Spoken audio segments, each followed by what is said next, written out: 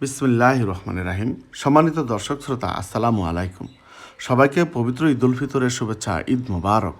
প্রিয় দর্শক শ্রোতা, এবছর সিরাজনগরবাসীর উদ্যোগে সিরাজনগর উচ্চ বিদ্যালয় মাঠে এক বিশাল ঈদের জামাত অনুষ্ঠিত হয়। ঈদের জামাতের ইমাম ছিলেন সিরাজনগর মধ্যপাড়া কেন্দ্রীয় জামে মসজিদের খতিব মুফতি আমির হামজা হুজুর। সিরাজনগরবাসীর দীর্ঘদিনের ইচ্ছা ছিল এমন একটি জামাত আয়োজন করার, আর সেই কাজটি করে দেখিয়েছে সিরাজনগরের যুব সমাজ। এত সুন্দর একটি জামাতে অংশগ্রহণ করতে পেরে সকল মুসল্লিগণ খুবই আনন্দিত হন এবং তারা ঈদের পরিপূর্ণ আনন্দ নিয়ে বাড়ি ফিরেন।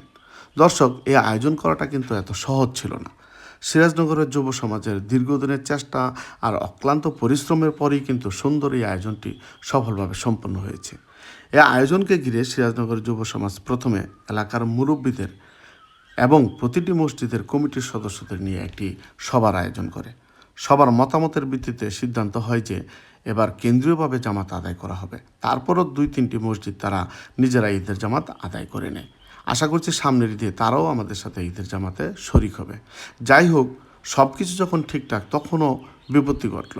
ঈদের আগের দিন বৃষ্টি শুরু হলো। ঈদের দিন নাকি প্রবল মাত্রা বৃষ্টি হওয়ার সম্ভাবনা। আমরা সবাই ভীষণ ভয়ে ছিলাম। আমাদের প্রথম আয়োজন যদি না করতে পারি তাহলে পরবর্তী আয়োজন নিয়েও শঙ্কায় থাকব।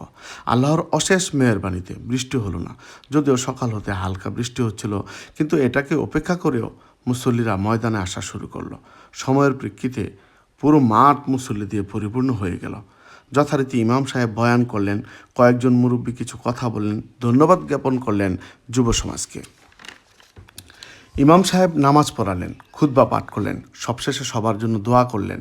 সিরাজনগরবাসী যেন এক অন্যরকম ঈদ উদযাপন করলো। একে অপরের সাথে কোলাকুলি করলেন, সৌহার্দ্য বিনিময় করলেন। কিছুক্ষণের জন্য মনে হলো যেন এক অন্যরকম মিলন মেলা, সবাইকে এক কাতারে আনার মিলন মেলা। দর্শক, আমাদের উদ্দেশ্যই ছিল আমরা সবাই এক হয়ে ঐক্যের বন্ধনে আবদ্ধ হব, পারস্পরিক বন্ধনগুলো আরও একটু ঝালাই করে নিব। আজ ঈদের তৃতীয় দিন, সবার সামনের দিনগুলো আরও আনন্দের হোক, আরও কল্যাণময় হোক। সকলকে আবারও জানাই ঈদ উল ফিতরের শুভেচ্ছা, ঈদ মুবারক।